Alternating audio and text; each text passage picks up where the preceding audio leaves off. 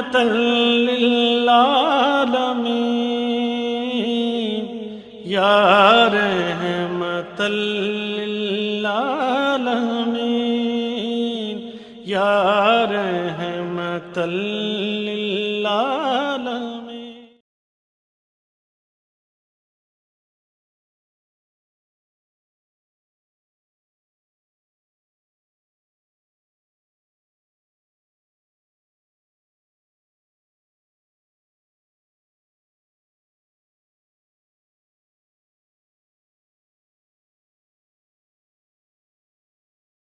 اللهم صل على محمد وعلى آل محمد كما صليت على إبراهيم وعلى آل إبراهيم إنك حميد مجيد.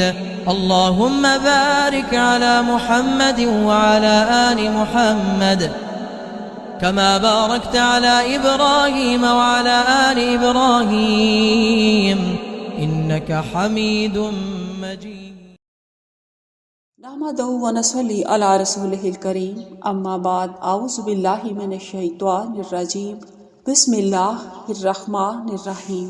فللہ الحمد رب السماوات ورب الارض رب العالمین ولہ الکبریاء فی السماوات والارض وہو العزیز الحکیم. وہو اللہ لا الہ الا هو لہ الحمد فی الاولی والآخرہ وَلَهُ الْحُكْمُ وَإِلَيْهِ تُرْجَعُونَ.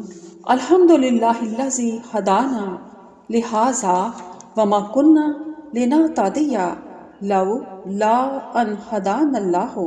رب هب لی حکما والحقنی بالصالحین واجعلنی لسان صدق فی الآخرین واجعلنی من ورثۃ جنۃ النعیم.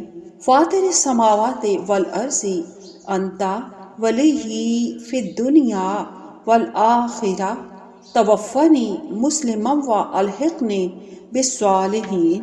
رب ادخلنی مدخل صدق واخرجنی مخرج صدق واجعل لی من لدنک سلطانا نصیرا.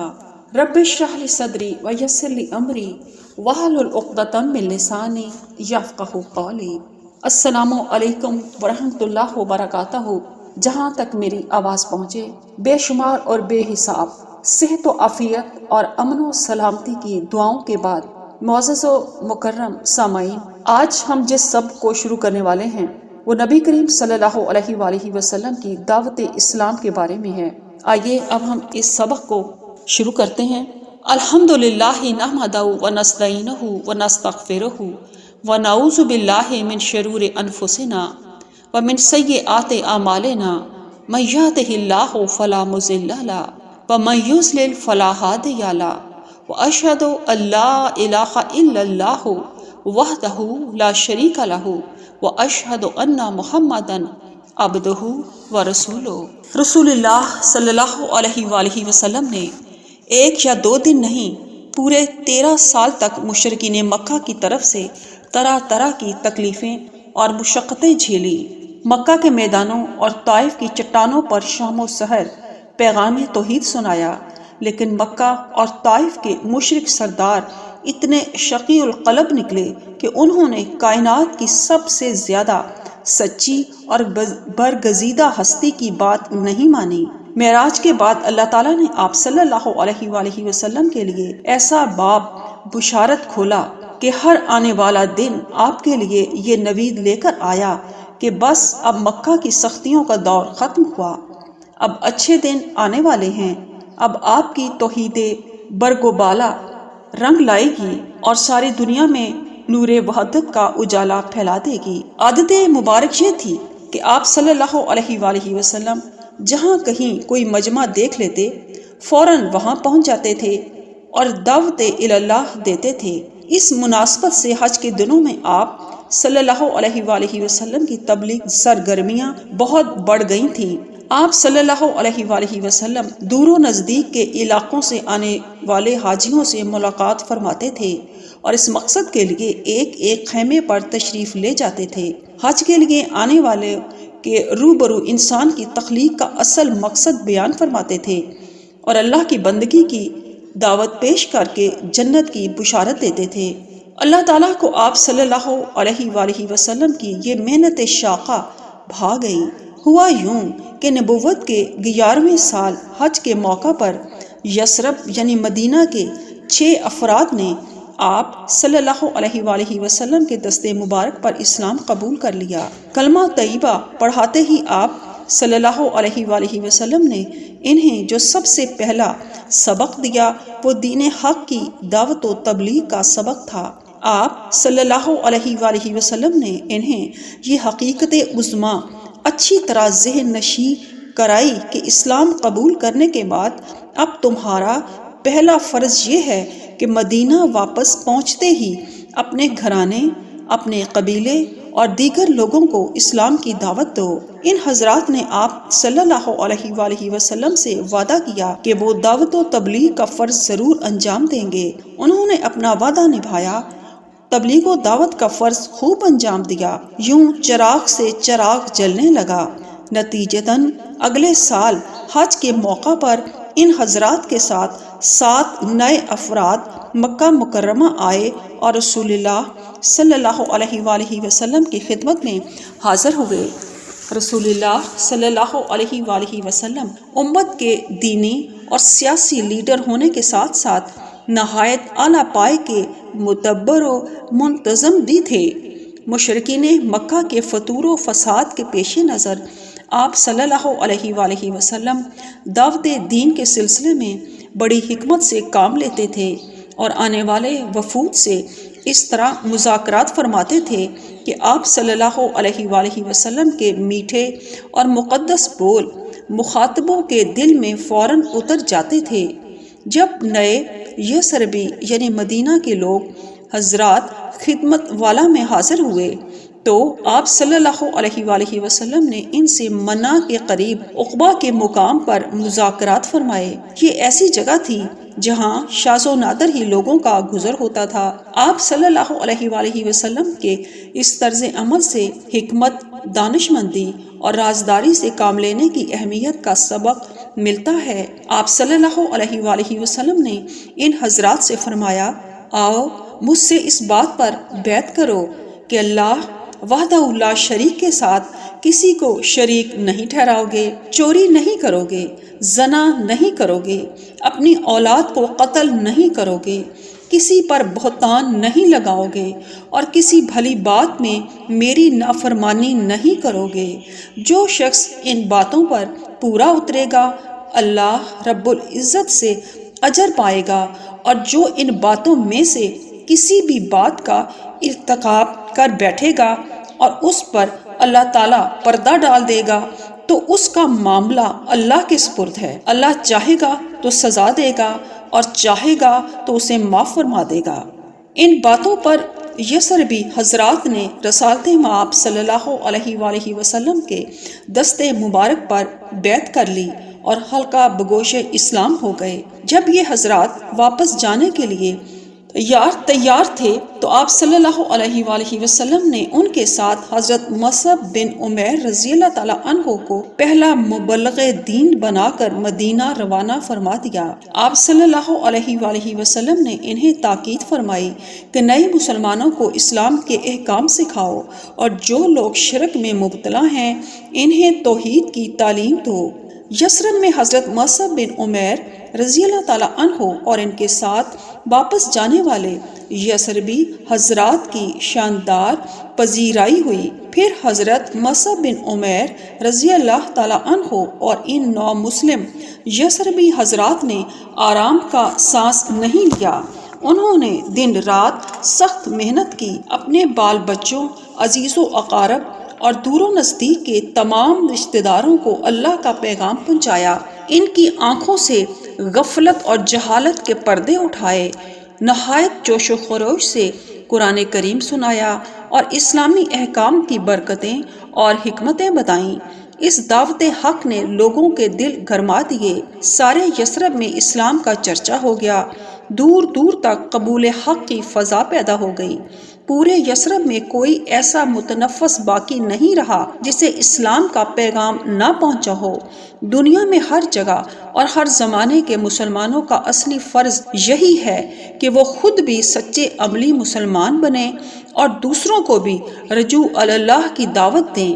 حضرت مصعب بن عمیر رضی اللہ تعالیٰ عنہ اور یثرب کے نامسلموں کی تبلیغ و دعوت کا نتیجہ یہ نکلا کہ نبوت کے 13ویں سال جون 622 عیسوی میں یثرب سے 70 سے زیادہ مسلمان حج کرنے آئے۔ آپ صلی اللہ علیہ وآلہ وسلم نے حسب سابق ان حضرات کو بھی عقبہ کی کھاٹی میں بلایا۔ یہ حضرات نہایت خاموشی سے چپکے ڈھلتی رات کو رسول اللہ صلی اللہ علیہ وآلہ وسلم کی خدمت میں پہنچے۔ انہوں نے آپ صلی اللہ علیہ وآلہ وسلم کے روبرو دائرہ اسلام میں داخل ہونے کا اعلان کیا اور اسلام کے لیے سمع و طاعت، اخلاص اور رسالت مآب صلی اللہ علیہ وآلہ وسلم کے احکام کی تعمیل کے لیے آپ صلی اللہ علیہ وآلہ وسلم کے دستے مبارک پر بیعت کر لی۔ انہوں نے آپ صلی اللہ علیہ وآلہ وسلم سے یہ التجا کی کہ آپ ہمارے ساتھ یثرب چلیے۔ اس موقع پر رسالت مآب صلی اللہ علیہ وآلہ وسلم نے ان سے صرف 2 سوالات کیے۔ نمبر 1، کیا تم اللہ کے دین کی تبلیغ و اشاعت کے لیے میری بھرپور مدد کرو گے؟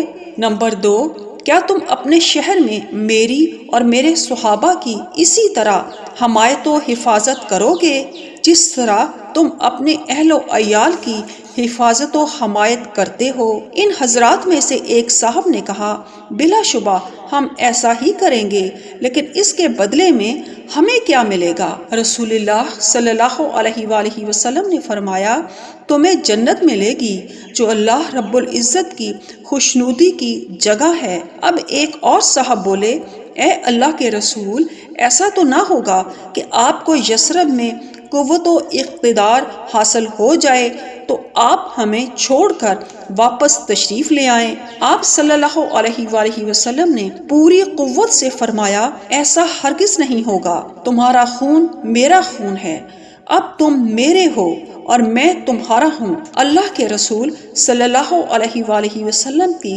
نصرت و حمایت کا یہی جذبہ تھا جس پر اوس اور خزرج کے فرزندوں کو اللہ کی بارگاہ اور رسالت مآب صلی اللہ علیہ وآلہ وسلم کی طرف سے انصار کا مایہ ناز خطاب عطا فرمایا گیا۔ تاریخ کا یہی موڑ ہے جب آپ صلی اللہ علیہ وآلہ وسلم کے لیے ہجرت مدینہ کی راہ کھلی اور مدینہ میں پہلی اسلامی ریاست کے قیام سے تاریخ عالم کا دھارا بدل گیا۔ حضرت جابر بن عبداللہ انصاری رضی اللہ تعالیٰ عنہ بیان کرتے ہیں کہ منصب نبوت سے سرفراز ہونے کے بعد رسول اللہ صلی اللہ علیہ وآلہ وسلم مکہ معظمہ میں 10 سال قیام فرما رہے۔ حج کے موسم میں آپ حجاج کرام کے خیموں میں منا تشریف لے جاتے تھے۔ آپ صلی اللہ علیہ وآلہ وسلم اوقاس اور مجنہ کے مروجہ میلوں، تہواروں اور بازاروں میں بھی حاضر ہوتے تھے، لوگوں کے اجتماعات سے خطاب فرماتے تھے، انہیں اللہ تعالیٰ کے پیغام سے آگاہ کرتے تھے اور دریافت فرماتے تھے، کوئی ہے جو جنت کے بدلے مجھے پناہ دے اور میری مدد کرے تاکہ میں اپنے رب کا پیغام لوگوں تک پہنچا دوں۔ جب یمن یا مضر قبیلے سے کوئی آدمی سفر پر نکلتا تو اس کی قوم کے لوگ اسے تاکید کرتے تھے، خبردار قریشی نوجوان سے بچنا، مبادا وہ تمہیں فتنے میں مبتلا کر دے۔ نبی صلی اللہ علیہ وآلہ وسلم اپنی قوم کے لوگوں کی طرف تشریف لے جا رہے ہوتے تو وہ آپ کی طرف انگشت نمایاں کر کے اشارے کرتے تھے۔ حضرت جابر رضی اللہ تعالیٰ عنہ فرماتے ہیں کہ پھر اللہ تعالیٰ نے کرم فرمایا، ہمیں یثرب یعنی مدینہ سے آپ کے پاس مکہ بھیج دیا۔ ہم نے آپ صلی اللہ علیہ وآلہ وسلم کی تصدیق کی، ہم آپ کے لیے پریشان رہتے، ہمارا ایک آدمی نکلتا، آپ صلی اللہ علیہ وآلہ وسلم پر ایمان لاتا، آپ اسے قرآن کریم پڑھاتے، پھر جب وہ اپنے گھر پہنچتا تو اس کے اسلام قبول کرنے کی وجہ سے اس کے گھر والے بھی مسلمان ہو جاتے تھے۔ یہ مبارک سلسلہ ارتقا پا کر جہاں تک پہنچا کہ انصار کے ہر گلی کوچے میں اسلام کا چرچا پھیل گیا اور محلہ در محلہ لوگ علل اعلان اپنے اسلام کا اعلان و اظہار کرنے لگے۔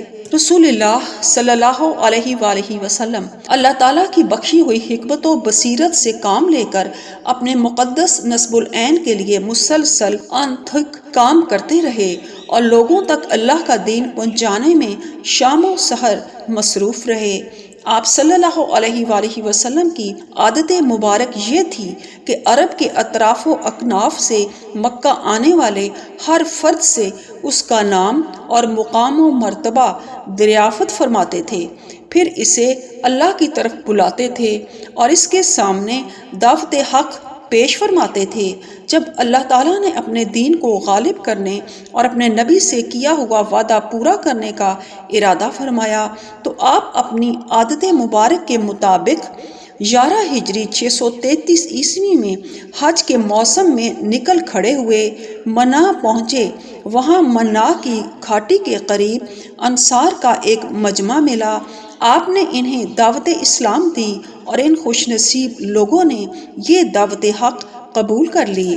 نبی صلی اللہ علیہ وآلہ وسلم کی قبیلہ خزرج کے گروہ سے پہلی نتیجہ خیز ملاقات موسم حج میں منا کی گھاٹی کے قریب ہوئی۔ آپ صلی اللہ علیہ وآلہ وسلم نے ان سے دریافت فرمایا، من انتم، آپ کون لوگ ہیں؟ انہوں نے جواب دیا، ہم خزرج کی ایک جماعت کے ہیں۔ یہ سن کر آپ نے پوچھا، کیا آپ یہود کے حلیف ہیں؟ انہوں نے کہا، جی ہاں۔ تب رسول اللہ صلی اللہ علیہ وآلہ وسلم نے فرمایا، کیا ایسا نہیں ہو سکتا کہ آپ حضرات تشریف رکھیں تاکہ میں آپ سے گفتگو کر سکوں؟ انہوں نے کہا، کیوں نہیں؟ یہ کہہ کر وہ لوگ بیٹھ گئے تو آپ صلی اللہ علیہ وآلہ وسلم نے انہیں ایک اللہ کی بندگی کی دعوت دی، ان کے سامنے اسلام کا درخشاں دین پیش کیا، انہیں قرآن کریم پڑھ کر سنایا، پھر وضاحت سے بتلایا کہ اللہ تعالیٰ نے اسلام میں ان کے لیے کیسے کیسے زبردست اعزاز و اکرام کا اہتمام کر رکھا ہے۔ یہ انصاری لوگ مدینہ میں جس مقام پر رہتے تھے وہاں ان کے ساتھ یہودی بھی آباد تھے۔ وہ لوگ صاحب علم اور اہل کتاب تھے، جبکہ انصار بت پرست تھے۔ ان کے مابین اکثر اوقات چھیڑ چھاڑ چلتی رہتی تھی۔ جب کبھی جنگ کی نوبت آتی تھی تو یہودی انہیں دھمکیاں دیتے تھے اور کہتے تھے، ان قریب ایک نبی مبعوث ہونے والا ہے، اس کا زمانہ آ گیا ہے، ہم اس پر ایمان لے آئیں گے، اس کی پیروی کریں گے، پھر اس کے ساتھ مل کر تمہیں عاد اور ارم کی طرح ہلاک کر دیں گے۔ اب جو نبی کریم صلی اللہ علیہ وآلہ وسلم نے ان سے گفتگو کی اور انہیں دعوت حق پیش کی تو وہ چونکے اور آپس میں کہنے لگے، ارے یہ تو وہی نبی معلوم ہوتے ہیں جن کی آمد کی دھمکیاں یہودی ہمیں دیتے رہتے ہیں، اس لیے ان کی دعوت کو فوراً قبول کر لو، مبادا یہودی ان پر ایمان لانے میں ہم سے سبقت لے جائیں۔ چنانچہ انہوں نے دعوت اسلام پر لبیک کہا اور مسلمان ہو گئے۔ پھر انہوں نے آپ صلی اللہ علیہ وآلہ وسلم سے کہا، ہم اپنے پیچھے ایک ایسی قوم چھوڑ کر آئے ہیں کہ باہمی عداوت اور جنگ و جدل میں اس جیسی اور کوئی قوم ہی نہیں۔ ممکن ہے اللہ تعالیٰ آپ کی برکت سے ان میں اتفاق پیدا کر دے، ہم ان کے پاس پہنچ کر آپ کی دعوت پیش کریں گے اور جو دین ہم نے اختیار کیا ہے اسے ان کے سامنے رکھیں گے۔ اگر اللہ نے ان سب کو آپ کی رسالت پر جمع کر دیا تو آپ سے بڑھ کر باعزت اور کوئی نہیں ہوگا۔ آخر کار وہ ایمان باللہ اور صدیق رسالت کے بعد اپنے وطن روانہ ہو گئے۔ نبی کریم صلی اللہ علیہ وآلہ وسلم کی اس دعوت حق کے نتیجے میں دین حنیف کو بڑے صالحہ بیج دستیاب ہوئے جو دیکھتے ہی دیکھتے سرو قامت درختوں کی شکل اختیار کر گئے، اور ان کی ٹھنڈی اور گھنی چھاؤں میں بیٹھ کر مسلمانوں نے برسوں کے ظلم و ستم کی تپش سے نجات پائی۔ یہ مدینہ منورہ کے 6 جوان تھے اور سب کے سب قبیلہ خزرج سے تعلق رکھتے تھے۔ ان کے اسمائے گرامی یہ ہیں: قبیلہ بنو نجار سے ابو امامہ اسد بن زرارہ بن ادس بن عبید بن سلبہ۔ نمبر 2، عوف بن حارث بن رفاع بن سواد ابن افرا رضی اللہ عنہم، قبیلہ بنو زریق سے۔ نمبر 3، رافع بن مالک بن اجلان رضی اللہ تعالیٰ عنہ، قبیلہ بنو سلمہ بن سعد بن علی سے۔ نمبر 4، قطبہ بن عامر بن حدیدہ رضی اللہ تعالیٰ عنہ، قبیلہ بنو حرام بن قاب سے۔ نمبر 5، عقبہ بن عامر بن نابی رضی اللہ عنہ اور قبیلہ بنو عبید بن عدی بن غنم سے۔ نمبر 6، جابر بن عبداللہ بن رباب رضی اللہ تعالیٰ عنہ۔ کچھ سیرت نگار جابر بن عبداللہ بن رباب رضی اللہ تعالیٰ عنہ کی بجائے عبادہ بن صامت رضی اللہ تعالیٰ عنہ کا تذکرہ کرتے ہیں۔ بعض مورخین نے 6 کی بجائے 7 افراد کا ذکر کیا ہے، اور وہ 7واں فرد عامر بن عبد حارثہ بن سلبہ کو قرار دیتے ہیں، جن کا تعلق قبیلہ بنو زریق سے تھا۔ موسیٰ بن عقبہ نے زہری سے اور انہوں نے عروہ بن زبیر کے واسطے سے بتایا ہے کہ اس گروہ کی تعداد 8 تھی۔ ان کے اسمائے گرامی اس طرح ہیں: معاذ ابن افرا، اسد بن زرارہ، رافع بن مالک، ذکوان بن عبد قیس، عبادہ بن صامت، ابو عبد الرحمن یزید بن سلبہ، ابو الحشیم بن تیہان اور اویم بن سعدہ رضی اللہ تعالیٰ عنہم۔